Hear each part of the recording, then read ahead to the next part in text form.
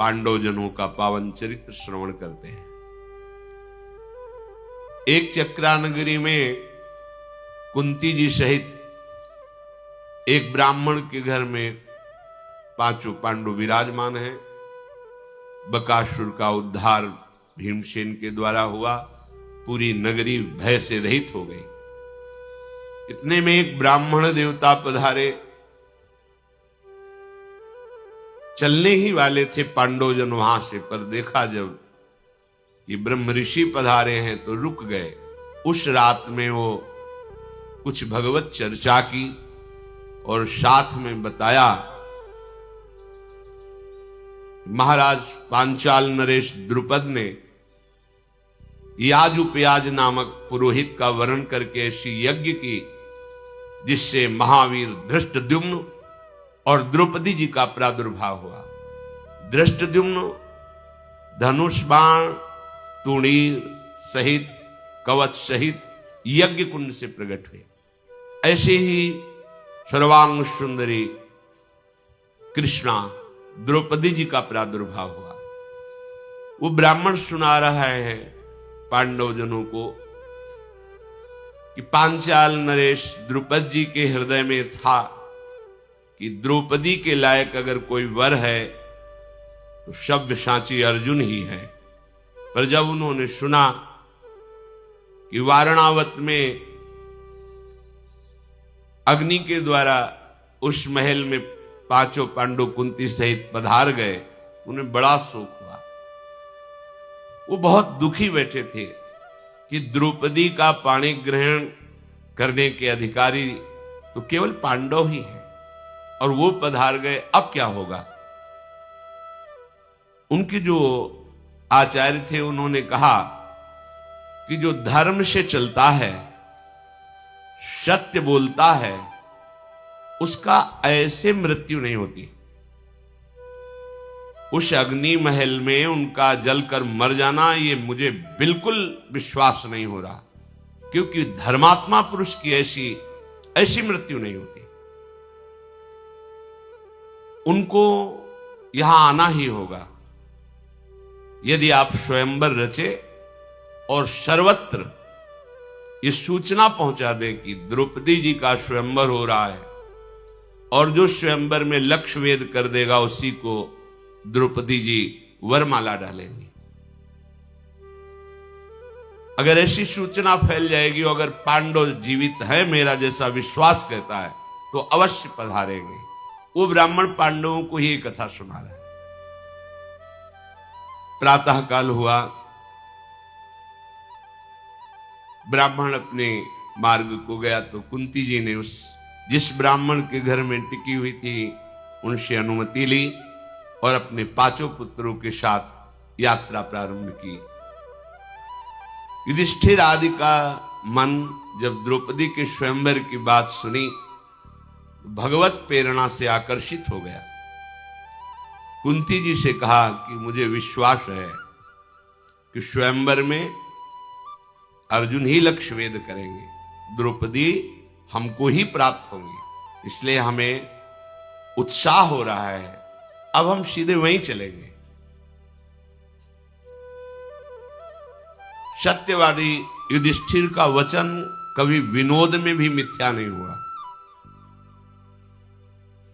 पुत्रों का मन देखकर कुंती जी बोली, हां तुम्हारी राय है तो हम सुखपूर्वक पांचाल देश की यात्रा करते हैं।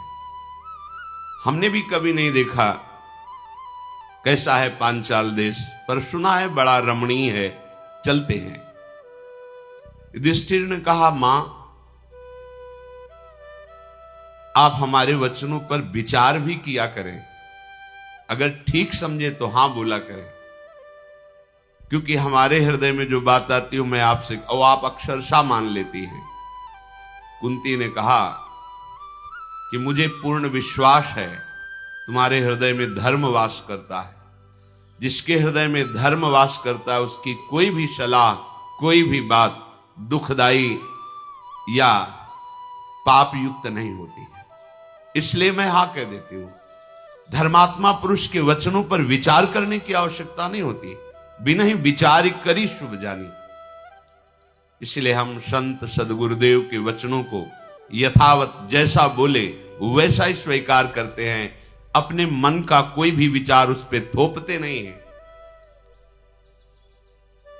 युधिष्ठिर जी, भीमसेन, अर्जुन जी, नकुल, सहदेव, कुंती जी के साथ जीव ही वहां से आगे बढ़े कि भगवान व्यास देव जी प्रकट हो गए। पांडवों ने आगे बढ़कर के प्रणाम किया भगवान व्यास देव जी को। कुंती जी ने भी हाथ जोड़कर अभिवादन किया। भगवान व्यास देव जी ने कहा कि पहले की मैं एक तुम्हें घटना सुनाता हूं। एक तपोवन में ऋषि परिवार रहता था। उनके माता पिता अंतर्ध्यान हो गए तो कन्या ही बची, और वो बहुत सुंदर रूपवती थी। उसने अपने पति को प्राप्त करने के लिए कि मेरा पति इस विश्व में कौन होगा ये मुझे पता नहीं, पर मैं कहां खोजूं, इसलिए देवाधिदेव भगवान शंकर की उसने आराधना की। भारी तपस्या के द्वारा भगवान शंकर को प्रसन्न कर लिया। जब भगवान शंकर प्रकट हुए तो उसने बार बार यही कहा, मुझे पति चाहिए, मुझे अनुकूल पति चाहिए, मुझे महाबली पति चाहिए, मुझे धर्मात्मा पति चाहिए, मुझे सत्यवान पति। 5 बार भगवान शंकर ने कहा, तथास्तु, ऐसा ही हो। तुमने 5 बार मांगा, इसलिए तुम्हें 5 पति प्राप्त होंगे। पर यह शरीर छोड़ करके तुम्हें जो नवीन शरीर मिलेगा उसमें 5 पति तुम्हें प्राप्त होंगे। तो हे कुंती और कुंती नंदन, वही देवी भगवान शंकर की जो आराधना करके 5 पतियों का वर प्राप्त किए, वही द्रुपद कन्या द्रौपदी के रूप में प्रकट हुई है। ये उत्तम बात तुम अपने मन में बैठा लो, इससे आगे प्रश्न नहीं आएगा। बस इतना कहकर भगवान व्यासदेव जी अंतर्धान हो गए। जिधर अंतर्धान हुए उस दिशा को प्रणाम करके पांडवजन आगे बढ़े। वो पांचाल देश की तरफ यात्रा कर ही रहे थे कि सोमाश्रयायण नामक एक तीर्थ आया जो गंगा के पावन तट पर है। अर्जुन हाथ में मशाल लिए हुए थे। रात्रि का समय था।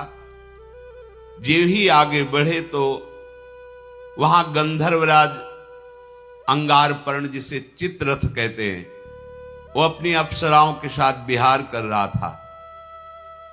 उसने जो ही मशाल लिए किसी को आते देखा तो पैरों की धमक से पहचान गया कोई महावीर है, क्योंकि जिसके चलने से पृथ्वी में धमक हो रही, कोई साधारण नहीं। उसने आगे बढ़ते हुए पांडवों को रोक दिया और आवेश में आकर कहा कि तुम्हें पता नहीं, ये रात्रि का समय मनुष्यों के लिए शुभ नहीं होता। ये गंधर्व, पिशाच, यक्ष, राक्षस इसमें विचरण करते हैं, और मेरे जैसा महाबली मायावी यदि सामने हो, फिर मशाल लेकर कोई बिना डरे आ जाए, ऐसा कैसे हो सकता है? ये रात्रि हमारी होती है, तुम मनुष्यों की नहीं। तुम्हें नहीं चलना चाहिए था रात्रि में। अगर तुम लोभवश यात्रा कर रहे हो तो मूर्खो, हम तुम्हें दंड देंगे, ऐसा गंधर्व ने कहा। अंगारपर्ण गंगा जी के जल से बाहर निकला, स्वाभिमानी और मायावी था ही। उसने कहा, जहां मैं उपस्थित होता हूं वहां बिना सर नवाए कोई राक्षस, यक्ष, देवता या मनुष्य नहीं आता जैसे तुम आ रहे हो, इसलिए मैं तुम्हें दंड दूंगा। अर्जुन ने कहा, कोई हमारा अपराध तो है नहीं। गंधर्व, ये सरिताओं में श्रेष्ठ भागीरथी गंगा है। यहां दिन में आए या रात में आए, संध्या में आए या दोपहर में आए, ये माँ है, सबको परम पावन करती हैं। कोई ऐसा विधान तो नहीं कि रात्रि के समय गंगा के समीप नहीं जाया जाता, ऐसा तो कहीं लिखा नहीं।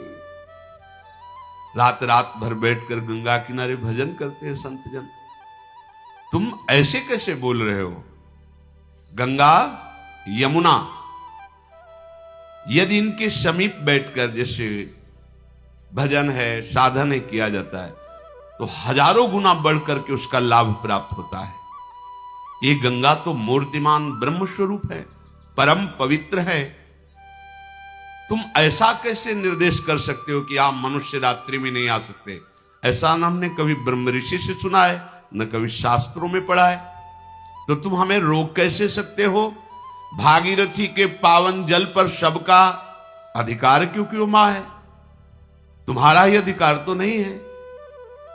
अर्जुन की बात सुनकर चित्ररथ गंधर्व बहुत क्रोधित हुआ और धनुष पर प्रत्यंचा चढ़ाकर विषैले बाणों को पांडवों के ऊपर प्रहार किया। अर्जुन ने अपनी मशाल से ही उन बाणों को नष्ट कर दिया। अर्जुन ने कहा, गंधर्व, साधारण मनुष्यों पर तुम्हारा बल चलता होगा, जो अस्त्र विद्या के भारी विद्वान हैं वहां तुम्हारा बल या तुम्हारी घुड़की काम नहीं करेगी। मैं जानता हूं कि मनुष्यों से बहुत गुना बढ़कर के गंधर्व शक्तिशाली होते हैं, इसलिए मैं तुमसे साधारण वार्ता नहीं कर रहा हूं। बिना धनुष बाण के भी मैं अस्त्र संधान कर सकता हूं। देखो, तो जो आग्नेय अस्त्र भरद्वाज ऋषि से प्रकट हुए द्रोणाचार्य के पास था, वही अर्जुन के पास।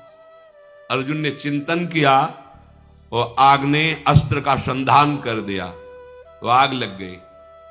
उसकी जितनी सामग्री, रथ, ये सब भस्म, और स्वयं दौड़कर अर्जुन गए, उसके बाल पकड़ करके घसीटते हुए महाराज युधिष्ठिर के चरणों में डाल दिया। गंधर्व की पत्नी का नाम था कुंभीनशी। उसने जब देखा कि हमारे पति की तो अब तो मृत्यु ही हो जाएगी, महाराज युधिष्ठिर के चरणों में गिर पड़ी और कहा, हमारे पति की प्राण रक्षा की जाए, मैं आपसे भिक्षा मांगती हूं। अर्जुन बोले, गंधर्व, महाराज युधिष्ठिर के चरणों में जो भिक्षा मांगता है वो कभी विमुख नहीं होता, खाली नहीं जाता। जाओ, मैंने तुम्हें जीवन दान किया। पर तुम्हें यह ध्यान देना चाहिए कि हर मनुष्य का अपमान करना तुम्हारे लिए ठीक नहीं, क्योंकि सब एक समान नहीं होते हैं।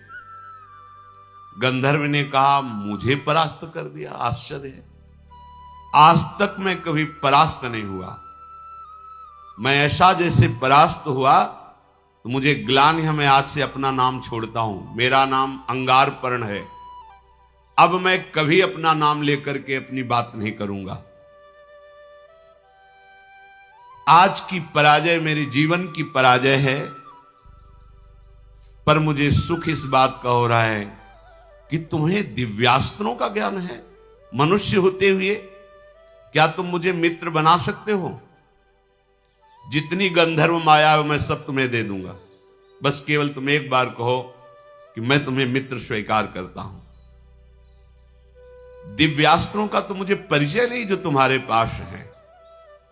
आज मेरा सब कुछ भस्म हो गया, इसलिए जो मेरा गुप्त नाम चित्ररथ था, अब मैं दग्धरथ हो गया हूं। अब चित्ररथ नहीं कहलाऊंगा। पर यदि तुम महात्मा होकर भी हमें मित्र मान लेते हो तो मेरा जीवन धारण करना हो सकता है, नहीं तो मैं इतना लज्जायुक्त हो गया हूं। तुम मनुष्य हो, मुझे परास्त कर दिया। अर्जुन ने कहा, जो महाराज धर्मराज युधिष्ठिर की शरण में आ गया उसकी हर कामना पूर्ण होती। मैं तुम्हें मित्र स्वीकार करता हूं। गांधर्व ने कहा, एक विद्या हमारे पास है जिसका नाम है चाक्षुषी। ये विद्या ऐसी है कि जो भी देखना चाहोगे सूक्ष्म से सूक्ष्म, वो तुम्हें विशाल करके दिखाई देगी। कहीं भी किसी भी बात को देखना चाहो, किसी भी लोक की बात को, ये चाक्षुषी विद्या है। जहां तुम ध्यान करोगे वो विशाल रूप से तुम्हारे सामने दिखाई देगी। तीनों लोकों में कोई भी वस्तु कहीं भी हो, तुम अपनी आंख के सामने देखोगे। इस विद्या का प्रभाव है।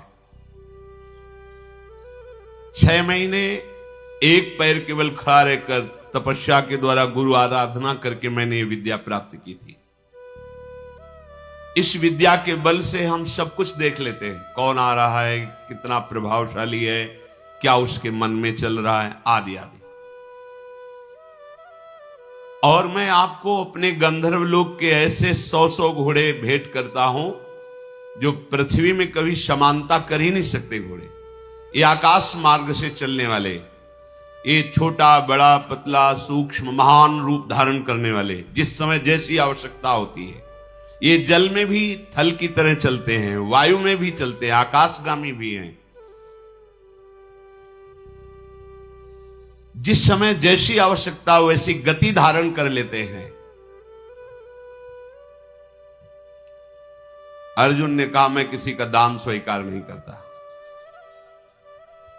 तुम बड़ी प्रसन्नता प्रकट करके जो कह रहे हो, मैं दान स्वीकार नहीं करता। मैं वीर हूं, जबरदस्ती छीनता हूं क्षत्रिय धर्म के अनुसार। ये तुम्हारा दान धर्म हम स्वीकार नहीं करते। गंधर्व ने कहा, दान धर्म नहीं, तुमने जीवन दान दिया है, हमें दान दिया है जीवन दान। अब जो कुछ भी हमारा है वो सब कुछ आपका है, आप स्वीकार कीजिए। यदि आपको ऐसा लगता है कि ये दान है तो आपसे एक प्रार्थना है, जिस अस्त्र का संधान करके आपने मुझे तापित किया उस आग्नेय अस्त्र की मुझे शिक्षा दे दीजिए, बराबर हो जाएगा। हम पूरी गंधर्व विद्या, चाक्षुषी विद्या और ऐसे दिव्य घोड़े आपको दे रहे हैं, आप आग्नेय अस्त्र की शिक्षा मुझे दे दीजिए। अर्जुन ने कहा, तो ठीक है, ये सब अपने पास रखो, जब आवश्यकता होगी तब हम ले लेंगे। आग्नेयास्त्र की शिक्षा मैं तुम्हें देता हूं। गंधर्व बोला कि आपको एक बात मैं अपनी तरफ से बताऊं, मैं जानता था कि आप कौन हैं, पर आप मुझसे जीत नहीं सकते थे। मेरी कमी थी इसलिए जीत गए। अगर तुम्हारी कमी ना होती तो मैं तुम पर आक्रमण भी नहीं कर सकता था। तो अर्जुन ने कहा, मेरी कमी क्या थी? बोले, तुम तपस्वी वेश में और बिना गुरु के चल रहे हो, इसलिए मैंने आक्रमण कर दिया। तुम्हें पता होना चाहिए कि जिस वेश में तुम चल रहे हो, यक्ष राक्षसी गंधर्व पिशाची दानवी ये माया आक्रमण करती हैं, बैरागी तपस्वी। और यदि वो गुरु को आगे करके चलते हैं तो ये मायावी जन उनके ऊपर माया का प्रयोग ही नहीं कर सकते। और तुम्हारे सामने कोई गुरु नहीं है और तुम्हारा वेश तपस्वी का है, इसलिए तुम्हें ये दोष पाकर के हमने आक्रमण किया। हम लोगों का बल बहुत बड़ा चढ़ा होता है, पर जो गुरु के बल से होता है उसके ऊपर हमारा कोई बल काम नहीं करता है। इसीलिए सेवक जी ने कहा है, राधा वल्लभ भजत भज भली भली सब होए, जीते विनायक शुभ अशुभ विघ्न करे नहीं कोई। विघ्न करे नहीं कोई, डरे कलिकाल कष्ट भय, हरे सकल संताप हरसि हरिनाम जपत जय। जो राधा वल्लभ लाल का भजन करने वाले रसिक जन हैं, यदि उनके चरणों का आश्रय लेकर भजन करो तो कोई भी विघ्न तुम्हें छू ही नहीं सकता, परास्त नहीं कर सकता। विघ्न तभी परास्त कर सकता है जब आप अपने गुरुदेव को आगे नहीं किए होंगे। आगे का तात्पर्य उनके वचन के अनुसार नहीं होंगे, उनकी आज्ञा पर नहीं होंगे, तो फिर माया का आक्रमण, वो चाहे राक्षसी माया हो चाहे देवी माया हो, वो हमें चाहे शुभ विनायक हो या शुभ विनायक हो, वो हमें परास्त कर देगा। कैसे परास्त होता है उपासक? जब उसकी बुद्धि में भोग सुख की लालसा प्रबल हो जाए और भोग संयोग उपस्थित हो जाए तो जान लेना चाहिए कि ये माया का पूरा प्रवाह हमारे ऊपर हो गया है। भोग उपस्थित हो और तुम्हारी बुद्धि सावधान हो तो समझो कि तुम्हारे ऊपर गुरु कृपा है, माया परास्त नहीं कर सकती। अगर आपकी बुद्धि लालायित हो गई है, राजी हो गई, तो आपसे कोई त्रुटि हो रही है, नहीं तो बुद्धि लालायित हो ही नहीं सकती, राजी हो ही नहीं सकती। कोई त्रुटि है, कोई अभिमान है जिसका नाश होने के लिए ये माया प्रेरित कर रही है। कुंती कुमार कोई भी कामाशक्त हम पर विजय नहीं प्राप्त कर सकता। यदि मेरी प्रार्थना मानो तो किसी गुरु को आगे करके चलो, तो जहां भी जाना चाहते हो, कोई भी निशाचरी, पैशाची या भूत प्रेत, इसका आक्रमण तुम्हारे ऊपर स्वाभाविक नहीं होगा। शत्रुओं का संताप देने वाले वीर, हम लोगों का बल रात में बहुत अधिक बढ़ जाता है, इसलिए तुम्हें आगे चलने के पहले गुरु का वरण करना चाहिए। इस मनुष्य लोक में जो भी कल्याणकारी कार्य की सिद्धि प्राप्त करना चाहता है, उसे मन और इंद्रियों को अपने गुरुदेव के चरणों में समर्पित करना चाहिए, अर्थात मन और इंद्रियों को गुरुदेव की आज्ञा के अनुसार चलाना चाहिए। गंधर्वराज ने अर्जुन जी से कहा कि यदि कहीं किसी भी तपस्वी या भगवत आराधन करने वाले महापुरुष को किसी भी बल से तुम युक्त होकर के अपराध कर दोगे, अपमानित कर दोगे, तो तुम्हारी पराजय ही पराजय हो जाएगी। देखो, विश्वामित्र जी महान तपस्या से भी युक्त हैं और महाबली भी हैं, गाधी तरह विश्वामित्र जी, पर उनको पता नहीं क्या सूझा कि महात्मा वशिष्ठ का अपराध कर दिया, इसलिए सर्वतोभावेन उनकी पराजय हुई। तो अर्जुन ने कहा, गंधर्व, मैं सुनना चाहता हूं, क्या अपराध किया विश्वामित्र जी ने परम ज्ञानी भगवान वशिष्ठ जी का? तो उनका वशिष्ठ जी महाराज ब्रह्मा जी के मन से प्रकट हुए हैं और उनकी पत्नी का नाम अरुंधति है। उन्होंने काम और क्रोध को सदा सदा के लिए जीत लिया है।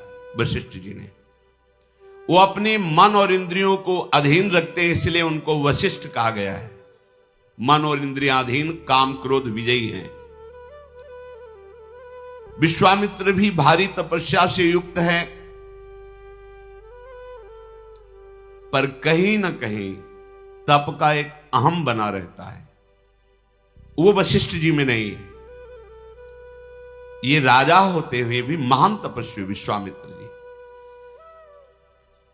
विश्वामित्र जी एक बार अपनी सेना के सहित उस वन से निकल रहे थे जहां वशिष्ठ जी विराजमान थे।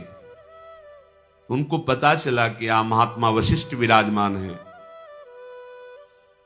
तो गाधी तनय विश्वामित्र जी वहां वशिष्ठ जी के समीप गए और जाकर कहा, कुशिक वंश में मैं प्रकट हुआ हूं, मेरा नाम विश्वामित्र है और मैं कुछ क्षण आपके आश्रम में विश्राम करना चाहता हूं। वशिष्ठ जी ने कहा, राजा भगवान का स्वरूप होता है। अर्घपाद्या देखकर उनका सम्मान किया विश्वामित्र जी का और कहा, आप विश्राम कीजिए, ये आश्रम आपका ही है, ऐसा समझिए।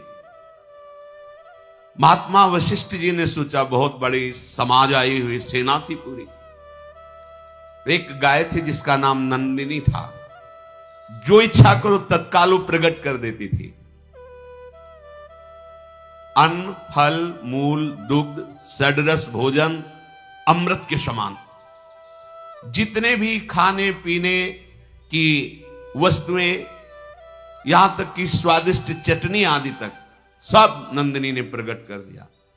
एक दो के लिए नहीं, पूरे सैनिक हैं और सबके लिए नवीन वस्त्र, बहुमूल्य आभूषण उस गाय ने प्रकट कर दिए और विश्वामित्र की सेवा के लिए सेवक भी प्रकट कर दिए नंदिनी ने। ऐसी उच्च कोटि की सेवा। विश्वामित्र जी ने आपस में बात किया कि ऐसा तो हम भी नहीं कर सकते, राजा होते हुए ऐसी सेवा नहीं कर सकते जैसे महात्मा कर रहे हैं। सबको नवीन वस्त्र, आभूषण और सुंदर भोग सामग्री और सुंदर सजे हुए सेवक, ये सब इन महात्मा के पास कैसे है? तो गुप्तचर ने बताया कि महात्मा का चमत्कार नहीं, ये गाय का चमत्कार है। नंदिनी नाम की गाय है वो। ऐसा विश्वामित्र जी ने कहा, बाबा के पास ऐसी गाय थोड़ी होनी चाहिए, ये तो हमारे पास होनी चाहिए। विश्वामित्र जी ने वशिष्ठ जी के पास जाके कहा, 10 करोड़ गाय आपको दूंगा, जितने सेवक कहोगे, पर ये नंदनी गाय अब हम ले जाएंगे। उनका नहीं, हम कोई क्रय विक्रय करने के लिए थोड़ी, ये तो आए हुए अतिथि सेवा के लिए और यज्ञ सामग्री के लिए विराजमान है। विश्वामित्र बोले, मैं क्षत्रिय धर्म से प्रेरित हूं, मुझे मांगना नहीं आता, तुम्हें प्रार्थना कर रहे हैं, मान लो। तुम तपस्वी ब्राह्मण हो, मैं तुम्हारा अपमान नहीं करना चाहता, सीधे गाय दे दो, यह है क्षत्रिय धर्म। मुझे पता है कि तुम शांत हो, जितात्मा हो, पर तुम हमारे बल को झेल नहीं सकते हो। वशिष्ठ जी से कहा, मैं महापराक्रमी दिव्यास्त्र का ज्ञाता हूं और राजा हूं, इसलिए आदेश करता हूं, ये गाय दे दो। वशिष्ठ जी ने कहा, तुम्हारे पास सेना है, तुम राजा हो, बाहुबल का भरोसा रखते हो, मैं तो एक भजन करने वाला ब्राह्मण हूं, तुम्हें जैसा रुचि वैसा कर लो, हमारी तरफ से ना है, और आपको जैसा, क्योंकि ये अतिथि सेवा और यज्ञ के लिए गाय है। वशिष्ठ जी के ऐसा कहने पर विश्वामित्र जी ने सेवकों को आदेश कर दिया, नंदिनी को बछड़े के सहित पकड़ लो और ले चलो। नंदिनी नहीं जा रही थी तो कोड़ों की मार चलाई। नंदिनी ने महाराज वशिष्ठ जी की तरफ देखा और कहा, केवल मैं आपके मुख से ये सुनना चाहती हूं कि आपने मुझे दे दिया है क्या? वशिष्ठ जी बोले, नहीं, कदापि नहीं, ये तो मैं सोच भी नहीं सकता, क्योंकि तुम्हारे बिना हमारे यज्ञ कैसे पूर्ण होंगे, अतिथि सेवा कैसे होगी? विश्वामित्र तुम्हें बलपूर्वक ले जा रहे हैं। नंदिनी ने कहा, मैं तुम्हारी शरण में हूं, आप मुझे उचित अनुचित का उपदेश कीजिए या फिर मेरे ऊपर छोड़ दीजिए। ये विश्वामित्र के निर्दयी स्वभाव वाले हमें कोड़ों से पीट रहे हैं, मेरा कोई अपराध नहीं है और मैं सर्व सामर्थ्यशालिनी हूं, फिर भी पीट रही हूं केवल आपकी आज्ञा के लिए। केवल आप बता दीजिए कि मैं जो चाहूं करूं। वशिष्ठ जी ने नंदिनी से कहा कि तुम अपनी रक्षा करने में समर्थ हो, पर मैं आदेश भी नहीं करूंगा, क्योंकि हमारा स्वभाव क्षमामय है। किसी को दंड दो ऐसा मैं आदेश, पर तुम समर्थ हो अपनी रक्षा करने के लिए और मैंने तुम्हारा त्याग नहीं किया है। बस इतना सुनते ही क्रोध से फुंकार करने लगी नंदिनी और विश्वामित्र जी की सेना को अपने बल से खदेड़ने लगे। अब लाखों की सेना थी, चारों तरफ से घेर लिया नंदिनी को, उनके पास अस्त्र शस्त्र सब है। नंदिनी जी ने अपनी पूंछ को घुमाया तो अंगार वर्षा होने लगी। थनों से द्रविड़ वीरों का जन्म हुआ, योनि देश से यवनों का जन्म हुआ, म्लेच्छों का, गोबर से सबरों का जन्म हुआ। ऐसे प्रचंड बलवान क्रोधी स्वभाव वाले ये सब दौड़ पड़े विश्वामित्र जी की सेना। जितनी सेना थी, एक एक सैनिक को 10-10 वीरों ने घेर लिया और ये सब नंदिनी जी से प्रकट हुए हैं। देर नहीं लगी, मारा किसी को नहीं, सबको बंदी बना लिया। विश्वामित्र जी देखे कि एक सैनिक को 10 सैनिकों ने बंदी बना रखा है। विश्वामित्र का एक सैनिक और नंदिनी के 10 सैनिक, प्राण किसी के नहीं लिए। बहुत गुस्सा आए कि महात्मा इतना बढ़ा चढ़ा है, इसकी गाय में इतनी सामर्थ्य, अब तुम नहीं बच सकते। विश्वामित्र जी ने वशिष्ठ जी से कहा, अब तुम नहीं बच सकते, तुम्हारे अंदर क्षमा होगी लेकिन मेरे अंदर नहीं। वशिष्ठ जी शांत भाव से खड़े हैं। 3 योजन तक पीट पीट करके विश्वामित्र जी की सेना को बाहर खदेड़ करके वहां बंदी बना ली। 3 योजन तक पिटाई की। वशिष्ठ जी बोले, महाराज गाधिनंदन, तुम परास्त हो चुके हो, जाओ, ये नंदिनी का परिकर वापस हो जाएगा, तुम जाओ। विश्वामित्र जी ने कहा, तुमने मुझे साधारण राजा समझ रखा है? एक बांस की छड़ी लिए हुए वशिष्ठ जी खड़े थे। विश्वामित्र ने तत्काल आंख बंद की और आग्नेय अस्त्र का संधान किया वशिष्ठ जी पर। बस वशिष्ठ जी ऐसे बांस की छड़ी ऐसे कर देते, आग्नेय अस्त्र शांत। वरुणास्त्र, इंद्रास्त्र, याम्यास्त्र, वायुवास्त्र, सब अस्त्रों का प्रयोग कर लिया। बस वो एक छड़ी लेकर ऐसे कर देते, उनके अस्त्र बेकार हो जाते। सारे अस्त्र, दिव्यास्त्र सब निष्फल। विश्वामित्र जी ने कहा, विश्वामित्र छत्र भावान निर्विण्णो वाक्यमब्रवीत दिग्बलम क्षत्रि बलम ब्रह्म तेजो बलम बलम। धिक्कार है हमारे बल को।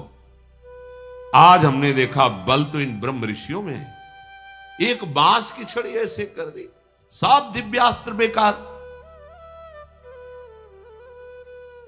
विश्वामित्र जी से फिर वशिष्ठ जी ने कहा, आप जाओ, आराम से जाओ, तुम बलहीन हो चुके हो, अपनी सेना ले जाओ और फिर किसी ऋषि का अपराध न करना। पर इनके मन को शांति नहीं। भारी तपस्या के द्वारा मैं दंड दूंगा ही वशिष्ठ को। अगर ये ब्रह्म बल से युक्त है तो ऐसी तपस्या करूंगा कि ब्रह्म ऋषि बनूंगा, फिर इनको दंड दूंगा। अभिमान का नाश होना बहुत कठिन होता है। भारी तपस्या की, तपस्या करते यदि किसी से द्वेष है तो सफल नहीं होती। सिद्धांत है, विचार किया इनके वंश का विनाश कर देंगे। ओ क्रोध बड़ा विचित्र होता। वशिष्ठ जी के बड़े पुत्र शक्ति जी वो आ रहे थे, सकरा मार्ग था, तो एक राजा कलमसपात जी वहां से जा रहे थे।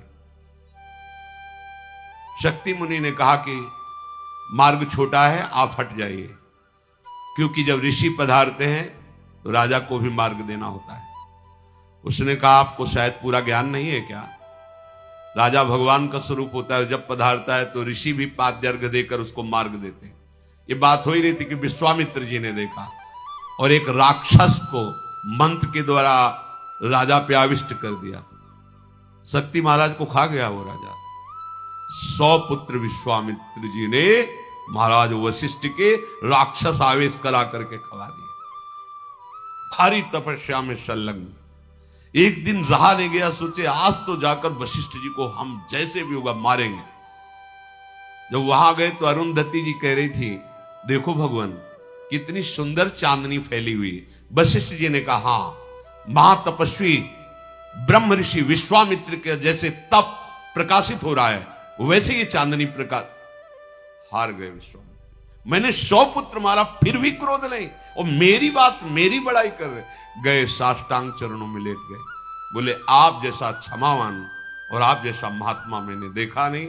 आज से हमारा क्रोध शांत होता है, मैं सदैव आपके चरणों का आश्रित। ये गंधर्व ने कहा, कोई कितना भी बलवान हो, यदि गुरुजनों का महापुरुषों का अपराध कर दे तो वो परास्त ही होता है। इसलिए हमारी प्रार्थना है कि आप किसी भी ऋषि को गुरु रूप में वरण कर लें।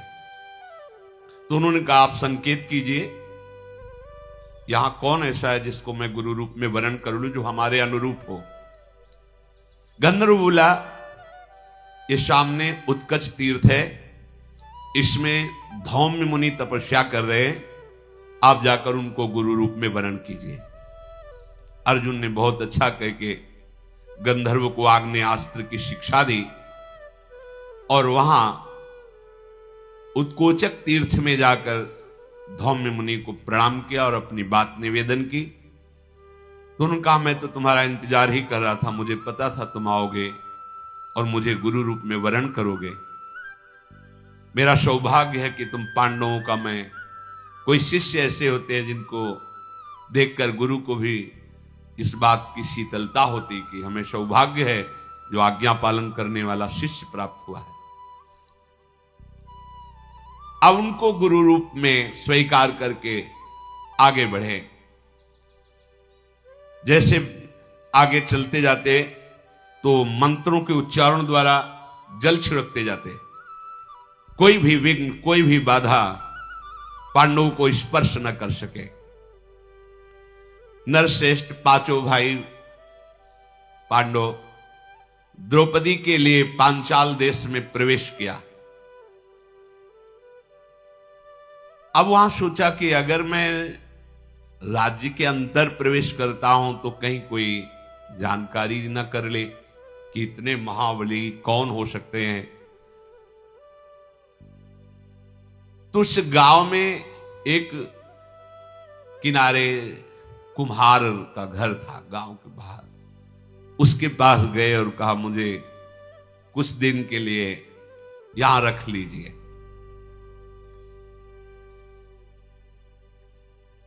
उधर स्वयंवर की रचना हुई, बड़े बड़े राजाओं को निमंत्रण किया गया जो वहां स्वयंवर में पधारने लगे। कुम्हार के घर में ब्राह्मण वेश मृगचर्म आदि धारण किए हुए उन्होंने पता लगवाया कि क्या ब्राह्मण वेशधारियों को भी स्वयंवर में प्रवेश दिया जाता है कि नहीं, क्योंकि क्षत्रिय राजकुमारों का स्वयंवर है। तो वहां सूचना मिली कि ब्राह्मणों को विशेष आसन दिया गया है स्वयंवर में। पांडव लोग राजा द्रुपद के द्वारा दक्षिण पांचाल देश में कुम्हार के घर में सुरक्षित रह रहे थे।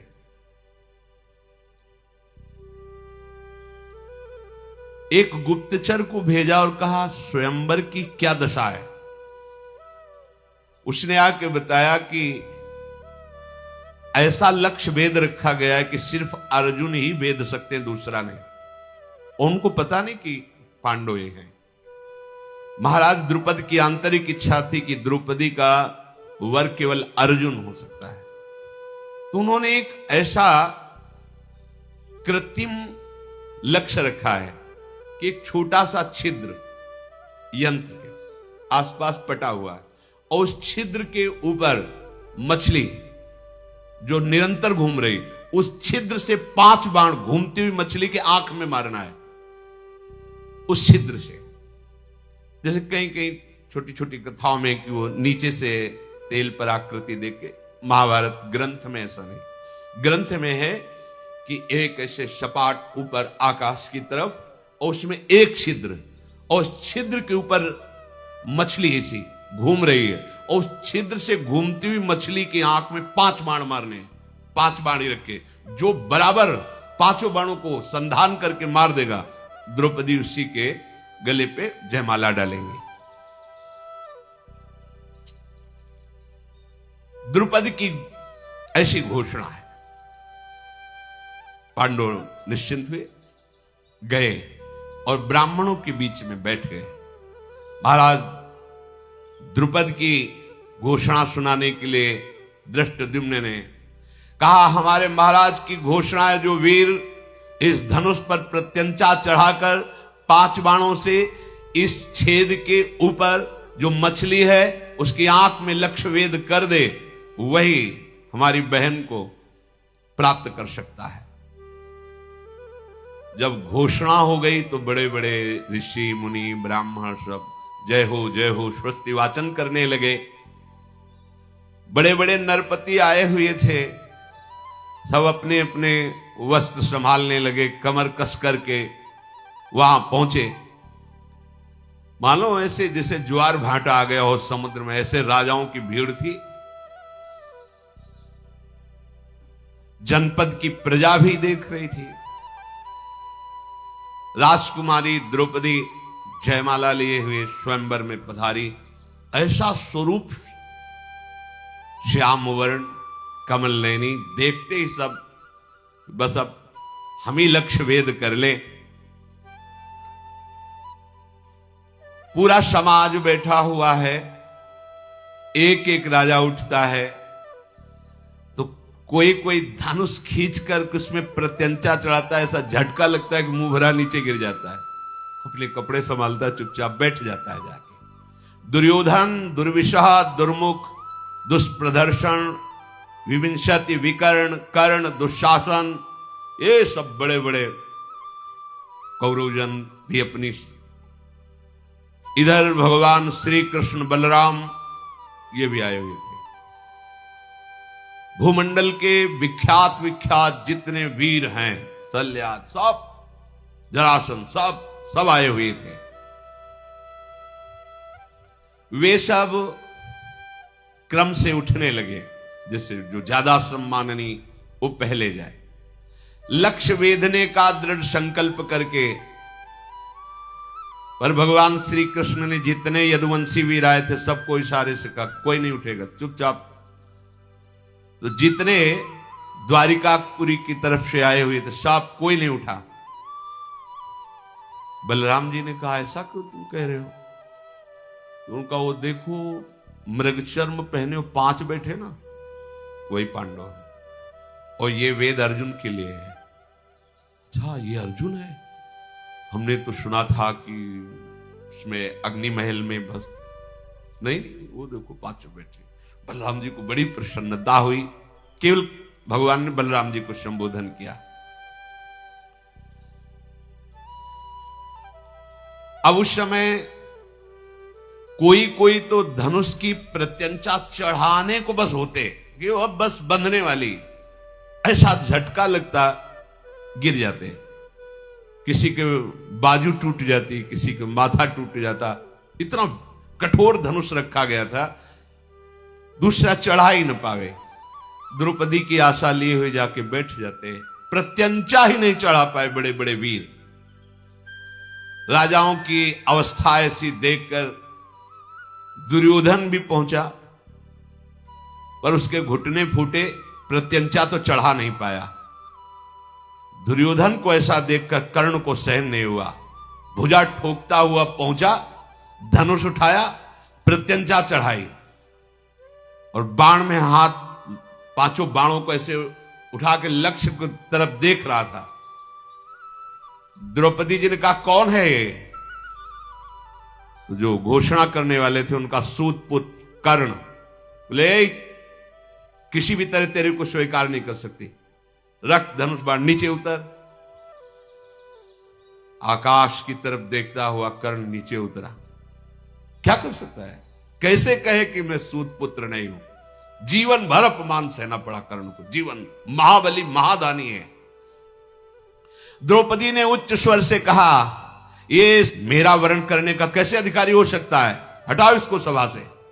इतना बड़ा, तभी उसने अंदर गांठ बांध ली थी कि इस प्रश्न का उत्तर एक बार हम तुम्हें जरूर देंगे। यही से महाभारत का बीज पड़ गया। अब जितने वीर थे सब अपना अपना बल लगा करके, जरासंध भी हार गया, प्रत्यंचा नहीं चढ़ा पाया। कर्ण ने प्रत्यंचा चढ़ानी थी, शायद प्रयास के लिए छूट मिलती तो हो सकता लक्ष्यवेद भी करते, पर आगे अवसर ही नहीं मिला। शत्रुओं को संताप देने वाले धृतराष्ट्र पुत्र सब निराश बैठे थे। अब बड़े बड़े प्रभावशाली राजा जो देवताओं के समान बलवान थे वो भी सब हाथ पे हाथ मिसते रह गए। जब सब राजा अपना मुंह नीचा करके बैठ गए तो युधिष्ठिर जी ने अर्जुन से कहा उठ चलो। इंद्र के समान तेजस्वी विशाल बाहु, अजान बाहु, और इनका भी वर्ण श्याम वर्ण है, कमल नयन। जे ही अर्जुन ब्राह्मणों की सभा में खड़े हुए, ब्राह्मण लोगों ने मंत्रोच्चारण शुरू कर दिया। हाँ भाई हमारा पक्ष है। मृगचर्म हिला हिला करके मंत्रोच्चारण करते, अवश्य विजयी होगा तू, अवश्य विजय है ब्राह्मण, तू अवश्य विजयी होगा। सब जितने बड़े बड़े राजा थे सब सर झुका के कि क्षत्रिय बल के द्वारा स्वयंवर की पूर्ति होती कि आज ब्राह्मण बल विजय प्राप्त करेगा। सबको यह है कि ये ब्राह्मण भीख मांगने वाला क्या कर सकता है, उपहास ही होगा इसका। जब बड़े बड़े जरासंध, शल्य आदि बड़े बड़े राजा हार गए, ये क्या कर सकता है। अपने गुरु तुल्य बड़े भ्राता को प्रणाम करके मस्तानी चाल से रंगमंच पर पधारे। जो देखता उसका अनुमान होता कि इसकी चाल, इसकी गर्व भरी दृष्टि देखकर लगता है लक्ष्य भेद देगा। पर कुछ लोग बोले कि ब्राह्मण में इतनी सामर्थ्य कहां कि धनुर्विद्या की ऐसी सूक्ष्म कला को प्राप्त कर लिया हो। अर्जुन जी गए, धनुष की 4 परिक्रमा की, माथा झुकाकर, यह किसी ने नहीं किया था, जाके प्रणाम किया। इसके बाद विद्याओं के परम गुरु भगवान शंकर को मन ही मन प्रणाम करके भगवान श्री कृष्ण का चिंतन किया और सहज में धनुष को उठाया।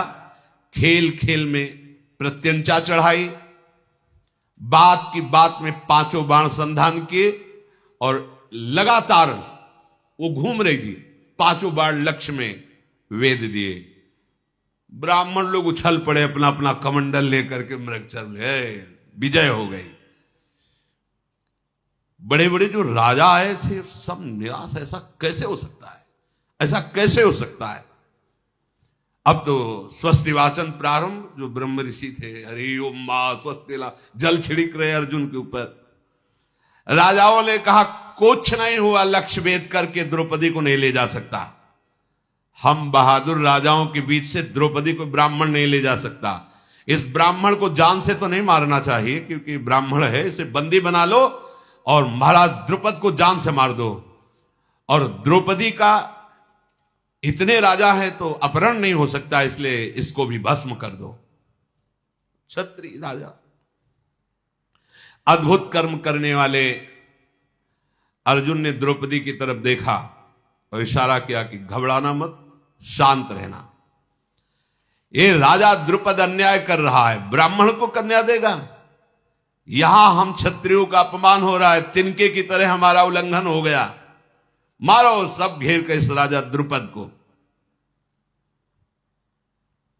तब तो भयानक कर्म करने वाले भीमसेन युधिष्ठिर जी से कहा, भैया चुप रहने का अवसर नहीं है, अब हमारे रिश्तेदार हो गए महाराज द्रुपद और इनको किसी भी तरह की आंच नहीं आनी चाहिए। राजाओं को क्रोध में भरे देख करके उसी धनुष को अर्जुन ने संभाला और वही 5 बाण, और कहा इतना ही काफी इनकी दवा के लिए। ये वो 5 बाण ऐसे दिव्य थे, लक्ष्य भेद करके तुरंत आ जाते थे। जैसे मद की धारा बहाने वाला मदोन्मत्त गजराज हो, ऐसे भीमसेन उठे, अपना कमर में वस्त्र बांधा, कहा हमें किसी अस्त्र की जरूरत नहीं, अपने घोंसे के प्रहार से सब राजाओं के नशा ठीक कर देंगे। बड़े बड़े राजा अपने अपने धनुष उठा करके द्रुपद महाराज भागे और अर्जुन की शरण में आके रक्षा कीजिए, जब तुम इतने वीर हो तो हमारी रक्षा कर सकते हो। असाधारण बुद्धि वाले अर्जुन ने कहा कि अचिंत्य कर्मा युधिष्ठिर की जो शरण में आ जाता है उसको कोई नहीं मार सकता, चाहे देवता ही क्यों ना हो। आप निश्चिंत रहिए, ना आपकी प्रजा के, ना आपके राजभवन के और ना आपकी राजपुत्री को कोई भी किसी भी तरह से अमंगल नहीं कर सकता। आप इतना समर्थ के बीच में खड़े हो कि इस समय त्रिभुवन का कोई भी देवता, दैत्य, दानव सब मिलकर प्रहार करें तो भी आपका बाल बांका नहीं हो सकता। ये सुनकर द्रुपद को शंका हो रही थी कि ब्राह्मण में इतनी सामर्थ्य नहीं हो सकती। इनकी भुजाओं में जो धनुष की प्रत्यंचा के रगड़ है, इनकी अस्त्र पकड़ने की जो मूठ कला है, तो धनुर्धर अर्जुन के समान है, पर वो कह नहीं पा रहे थे। भगवान श्री कृष्ण ने कहा कि कुछ बोलना नहीं भैया बलराम जी से, पर्याप्त है।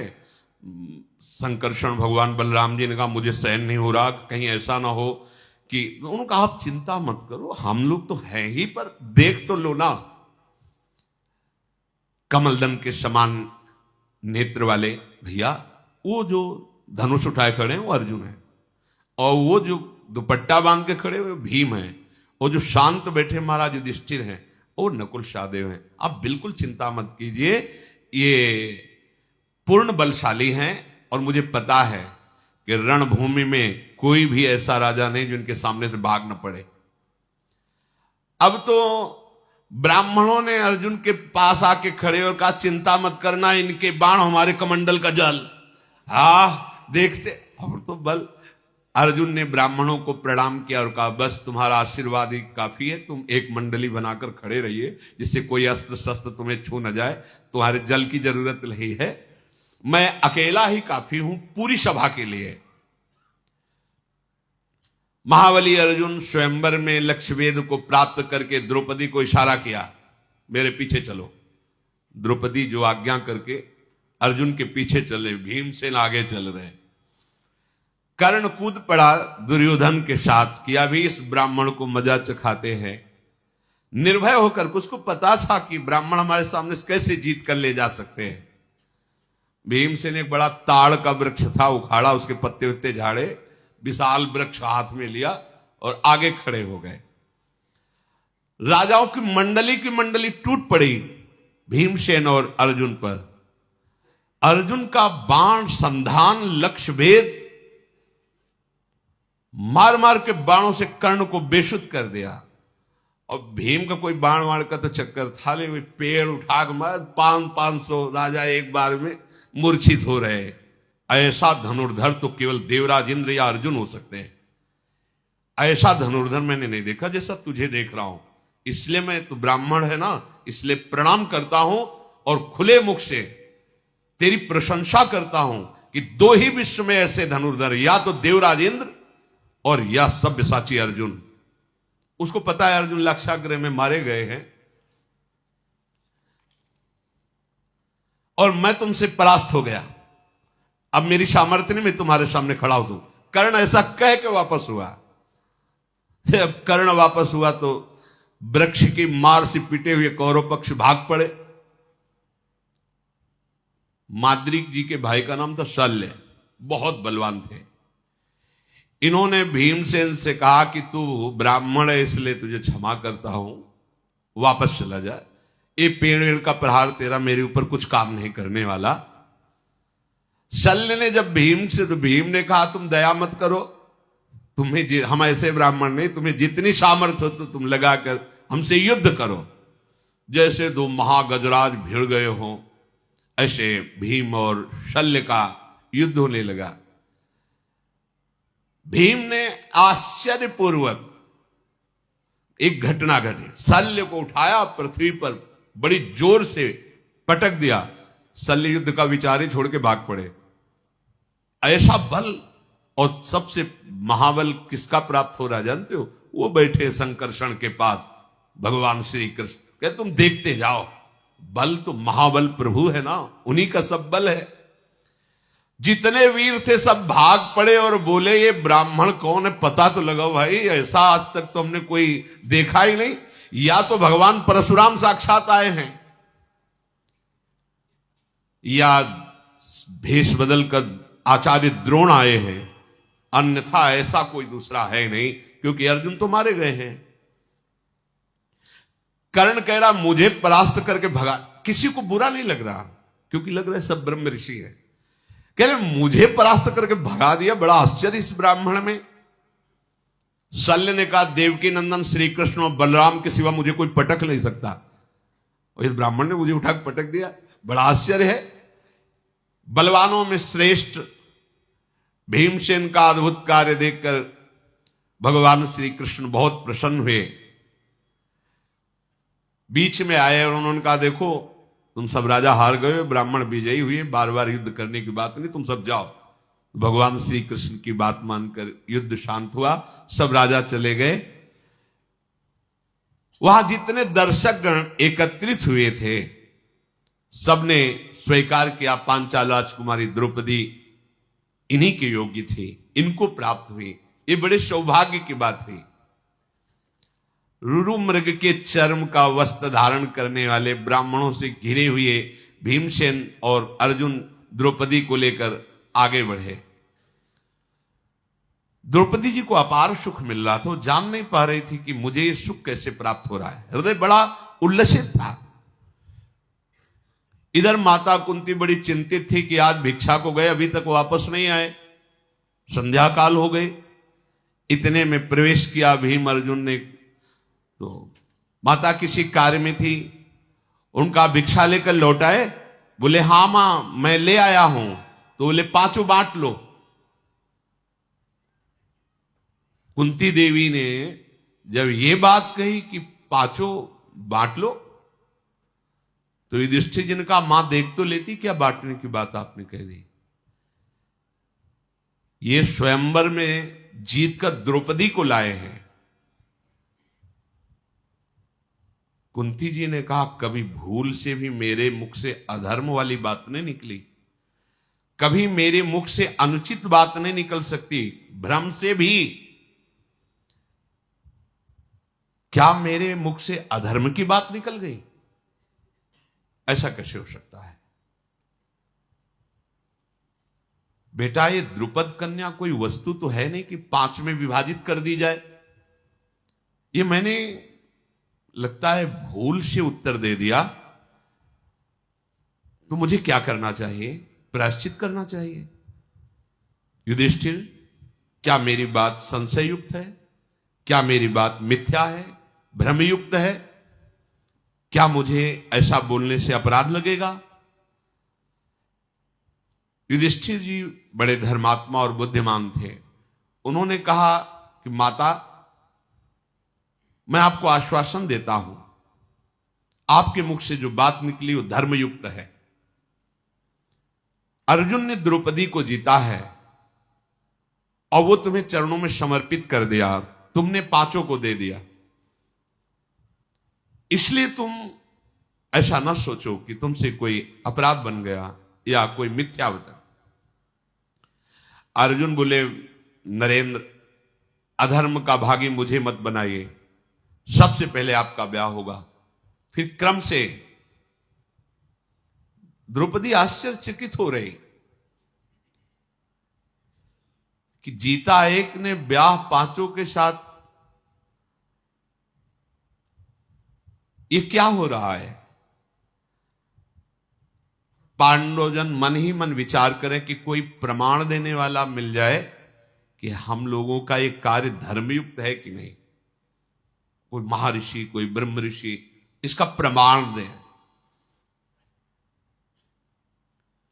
ऐसा सोच ही रहे थे कि भगवान श्री कृष्णचंद्र जो और बलराम जो वहां गुप्त रूप से पधारे कुम्हार के घर में। अजात शत्रु महाराज युधिष्ठिर जी ही दृष्टि पड़ी, वसुदेव नंदन श्री कृष्ण तुरंत खड़े हो गए। प्रभु नजदीक गए और कहा, मैं श्री कृष्ण आपको प्रणाम करता हूं। और युधिष्ठिर जी के चरण छुए, क्योंकि बुआ के बड़े लड़के हैं। भीम को हृदय से लगाया। बलराम जी ने भी युधिष्ठिर जी को प्रणाम किया। कुंती जी के चरणों में माथा नवाया श्री कृष्ण और बलराम जी ने। वसुदेव जी की बहन है कुंती जी। और कहा, मैं गुप्त रूप से यहां इस घर में आया हूं, आप लोग सब सुखपूर्वक हैं? युधिष्ठिर जी ने कहा, आपकी कृपा है प्रभु। आपने कैसे पहचान लिया? भगवान ने कहा कि मेरा नाम वासुदेव है, मैं तुम्हें पहचान नहीं पाऊंगा। वासुदेव का तात्पर्य होता है वासना वासुदेवस्य वासितम भुवनत्रयम् सर्वभूत निवासोस्मि वासुदेव नमोस्तुते। अर्थात मेरे से सब प्रकट हुआ, मेरे में ही सब रह रहा है और मैं जानूंगा नहीं। भगवान ने इतना कहा कि तुम ये जानो कि मेरा नाम वासुदेव है, और हंस दिया। ऐसा कौन अद्भुत कर्मा है जिसको मैं जानता ना हूं? सौभाग्य की बात है कि आप अग्निकांड से जीवित बच गए और द्रौपदी को भी प्राप्त किया। मेरे हृदय की भावना जो आपके प्रति है वो आपका सदैव रक्षा और कल्याण करती रहेगी। आप लोगों को कोई जान न पावे और हमें कोई ये न जाने कि आप हमारे हो, इसलिए मुझे गुप्त रूप से यहां से चल देना ही उचित लगता है। भीमसेन और अर्जुन कुम्हार के घर में जब द्रौपदी जी को लेके गए थे, तो धृष्टद्युम्न जो द्रौपदी के भाई थे, द्रुपद ने कहा था, ये कौन से ब्राह्मण हैं, कहां से आए हुए हैं, हमें कुछ पता नहीं, तुम और तुम्हारे गुप्तचर तुरंत इनके पीछे लगो और हमें कुछ ही घंटे में सूचना दो, ये कौन है, कहां से आए हैं, ऐसी वीरता इनको कैसे प्राप्त हुई? मुझे नहीं लगता कि ये ब्राह्मण है। गुप्तचरों के साथ धृष्टद्युम्न पीछे लग गए थे। चारों तरफ उनके गुप्तचर कुम्हार के घर में आसपास नकुल, सहदेव, युधिष्ठिर जी, अर्जुन जी, भीम जी कुंती के पास बैठ करके जो भिक्षा मांग करके लाई गई थी उसका विभाजन करने का इंतजार कर रहे थे। कुंती जी ने द्रौपदी जी से कहा, आज तुम विभाजित करो। पहले देखो कोई अतिथि तो नहीं, कोई संत तो नहीं बाहर भूखा, शास्त्र ऐसा कहता है। घर के बाहर निकल कर देखा, नहीं, तो अन्न का सीधा आधा भाग करो और इनको दो, भीम को आधा भाग, और इसमें शेष के 6 भाग करो, क्योंकि द्रौपदी जी भी है 4 पांडवों में, 5वीं कुंती जी, 6वीं द्रौपदी जी, भीम को आधा भाग। जब सब पा रहे थे उसके बाद द्रौपदी जी ने बचा हुआ जो शेष भाग था उसे पाया। फिर जब सब प्रसाद पा चुके बैठ करके बातें शुरू हुई, यही सुनने के लिए गुप्तचर और धृष्टद्युम्न उनके भाई वो वीर गाथाएं अपने पिता पांडु महाराज की और भी बातें, सब राजधर्म से युक्त बातें कर रहे थे। धृष्टद्युम्न ने देखकर थोड़ा दुखी तो हुए कि इतने महान महल में पलने वाली इन मृगचर मोड़ने वालों के पास मांगी हुई भिक्षा का 6वांश पाकर द्रौपदी जी प्रसन्न मुद्रा में, किसी भी तरह का उनको असंतुष्टता नहीं, और सबके चरणों के समीप ऐसे ही बिना बिछाए लेटी, क्योंकि वो सब अपने मृगचर में ही लेटे हैं ऐसे ही। और वो राजकुमारी होते हुए एक बार भी प्रश्न नहीं किया कि मैं तो राजमहलों में रहने वाली, मेरे लिए ऐसी अव्यवस्था कैसी, पातिव्रत धर्म को जानने वाली थी। धृष्टद्युम्न तुरंत जाकर के द्रुपद को सूचना दी, महाराज हमारे गुप्तचरों द्वारा और हमारे द्वारा जो परीक्षण हुआ उस 100% वो ब्राह्मण नहीं है। उनकी वार्ता, उनकी चेष्टा, उनकी संगोष्ठी ये बताती है कि कोई महावीर हैं। द्रुपद राज ने तुरंत एक दूत को भेजा और कहा, जाओ उनको कहो कि महल में तुम्हारा द्रौपदी के साथ स्वागत करने के लिए हम व्याकुल हैं, आप आइए और यहां प्रसाद पाइए। मेरी पुत्री कृष्णा को भी यहां लाइए। राजा द्रुपद के कहने पर तत्काल कुंती सहित 5 पांडव महल की तरफ चले। परीक्षा के लिए उन्होंने महल में प्रवेश करते समय कुछ ग्रंथ रखवाए, कुछ युद्ध की सामग्रियां रखवाई, कुछ अन्न के विभाग करके रखवाए, बहुत सी, और स्वयं खड़े होकर देख रहे थे। जब पांडवजन वहां से निकले तो दृष्टि पड़ी, भीम भयंकर गदा उठा के देखते, अर्जुन धनुष पर प्रत्यंचा चढ़ाते हैं, नकुल सहदेव तलवार को मुठ पकड़ के भाला लेकर, युधिष्ठिर देख, किसी और तरफ नहीं देखा, सीधे गए। उच्च सिंहासनों को सजा के रखा था, जाके गर्व से बैठ गए क्रम के अनुसार। महाराज को निश्चित हो गया, अगर ब्राह्मण होते तो संकोच होता इन सिंहासनों पर बैठने के लिए, बिल्कुल संकोच नहीं, और जैसे बैठने की प्रक्रिया होती राजाओं की उसी तरह बैठे हैं। और युद्ध की सामग्री पर इनकी दृष्टि गई, इसलिए मैं पक्का कह सकता हूं कि ये क्षत्रिय राजकुमार ही है। द्रुपद जी प्रसन्न होकर के आए और कहा कि देखो अब छुपाना नहीं, मेरा हृदय कहता है कि तुम पांडवजन ही हो, क्योंकि हमने परीक्षा लेके भी देखा और मेरा हृदय ऐसा कह रहा है कि तुम पांडव हो, तुम ब्राह्मण नहीं हो। क्या आप कृपा करके अपना परिचय दे सकते हो जिससे मेरा संशय छूट जाए? महाराज द्रुपद के ऐसा कहने पर महाराज युधिष्ठिर ने कहा, पांचाल राज नरेश, ये तुम्हारी कन्या जिसको प्राप्त होना चाहिए उसी को प्राप्त है। अर्जुन ने विजय प्राप्त की, मेरा नाम युधिष्ठिर, यह महाबलशाली भीम, ये नकुल सहदेव और ये पूज्य माता मेरी कुंती है। अपार सुख मिला महाराज द्रुपद को कि जो मेरा मनोयोग था भगवान ने उसे पूर्ण किया, नहीं तो मैं परेशान हो रहा था कि ऐसा कैसे हो सकता है कि कोई इतना प्रवीण ब्राह्मण होकर के ऐसे। युधिष्ठिर ने कहा फिर भी महाराज आपको हमने बता दिया, पर आपको प्रश्न करने का अधिकार नहीं था, क्योंकि आपने वहां कोई जात पक्ष नहीं लिखाया था, आपने केवल लक्ष्य वेद शर्त रखी थी, वैसे आपका पूछने का अधिकार नहीं था, क्योंकि लक्ष्य वेद करके ही द्रौपदी को प्राप्त किया। कोई आपसे दान नहीं लिया, आपसे प्रार्थना नहीं की, पर आपने प्रेम पूर्वक पूछा, इसलिए उत्तर दे दिया। तदनंतर महातेजस्वी पांडु कुमारों को सुंदर भोजन पवाया गया। युधिष्ठिर जी ने कहा कि आगे की अब बात आप क्या सोचे हुए हैं द्रुपद जी से। द्रुपद जी ने कहा कि आप 5 में से कोई एक द्रौपदी का वरण कर सकता है, क्योंकि अर्जुन जी ने जीता है, चाहे अर्जुन, चाहे आप, चाहे भीम, नकुल या सहदेव, कोई एक राजकुमार हमारी पुत्री से, हम ब्राह्मणों को बुला के रखा है, हम पाणी ग्रहण संस्कार धर्मयुक्त कर देंगे। युधिष्ठिर जी ने कहा आपने सुना नहीं हमारी बात क्या? मेरी माता ने आदेश किया 5 के साथ ब्याह होगा, मैं 5 द्रौपदी के साथ ब्याह करूंगा, और विधि पूर्वक करूंगा और धर्म युक्त करूंगा। द्रौपदी हम 5 की पटरानी बनेगी। द्रुपद बोले ये कौन सी भाषा आप बोल रहे हैं?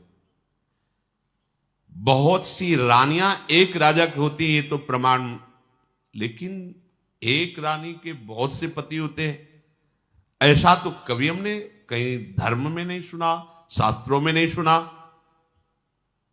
तुम धर्म के ज्ञाता हो, पवित्र बुद्धि रखते हो, तुम लोक और वेद के विरुद्ध ये अधर्म की बात कैसे बोल दी? युधिष्ठिर जी ने कहा धर्म का स्वरूप बड़ा सूक्ष्म है, आपको पूरा ज्ञान नहीं है। पूर्व काल में प्रचेतागण 10 और उनकी पत्नी 1, आपको पता है, जिसमें हमारे पूर्वज गए हैं, उस मार्ग का अनुसरण करना अधर्म नहीं कहा जा सकता। राजन, ये भी धर्म है।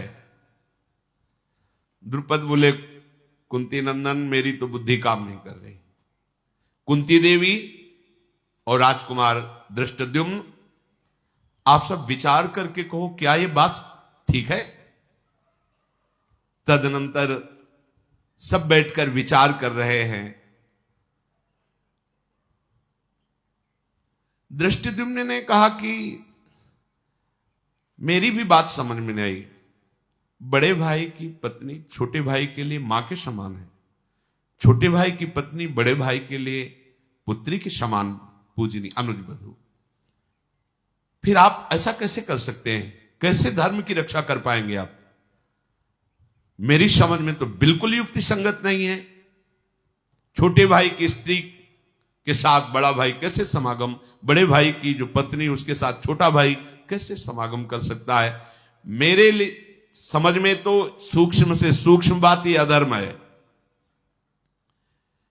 युधिष्ठिर जी ने कहा मेरी वाणी कभी असत्य नहीं बोलती, मेरी बुद्धि स्वप्न में भी अधर्म को स्वीकार नहीं करती, और मेरा मन इस बात में राजी है, इसलिए परम धर्म है।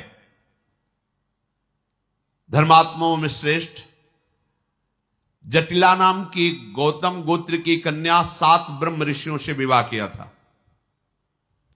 कंडमुनि की पुत्री वार्क्षी ने तपस्या से पवित्र अंतःकरण वाले 10 प्रचेताओं को पति रूप में वर्ण किया था, 10 के साथ एक पुत्री।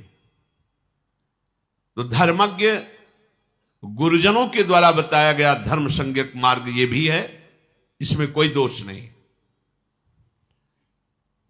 सब गुरुओं में श्रेष्ठ मेरी माता कुंती मेरी प्रथम गुरु हैं, और वो महान भक्त भी हैं। उन्होंने आदेश किया 5 बांट करके बराबर, अब यही धर्म हमारे लिए है। हमारी माता का कहा हुआ वचन कभी मिथ्या नहीं हो सकता। ये सब बात चल ही रही थी कि इतने में भगवान व्यास देव जी पधारे। सब आनंद से मुकर उनका अर्घपाद्य आदि से पूजन किया। बैठाओ का प्रभु। द्रुपद जी ने कहा कि ये समस्या है। भगवान व्यासदेव जी ने कहा ये जो महाराज युधिष्ठिर बोल रहे हैं ये धर्म है, ऐसा विधान है। द्रुपद, तुमसे हम एकांत में बात करना चाहते हैं। हाथ पकड़ा भगवान व्यासदेव जी ने, द्रुपद को एकांत में ले गए और कहा तुम सब हमारी प्रतीक्षा करो। भगवान व्यासदेव जी ने द्रुपद से कहा कि एक बार की बात है कि एक तपोवन में एक मुनि कन्या भारी तपस्या से युक्त होकर भगवान शंकर को प्रसन्न किया और महादेव जी जब प्रकट हुए तो उसने 5 बार पति की मांग की। धर्मात्मा पति प्राप्त हो, सत्यवादी पति प्राप्त हो, महाबली पति प्राप्त आदि आदि। तो भगवान महादेव जी ने तथास्तु कहा। वो जो जो मांगा ये 5 हैं, धर्मराज, युधिष्ठिर, अर्जुन, भीमसेन, नकुल, सहदेव। तो ये महादेव के वरदान से उसको प्राप्त हुई। ये पहले से विधान है, कोई नया विधान यहां प्रकट नहीं हुआ है।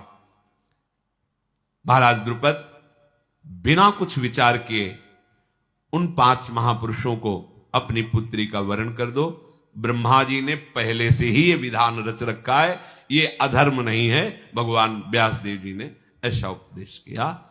महाराज द्रुपद ने ब्राह्मणों के द्वारा जो पाणी ग्रहण संस्कार की प्रक्रिया है उससे पांडवों का ब्याह करें। आज शेष चर्चा आगे। श्री राधा वल्लभ लाल की।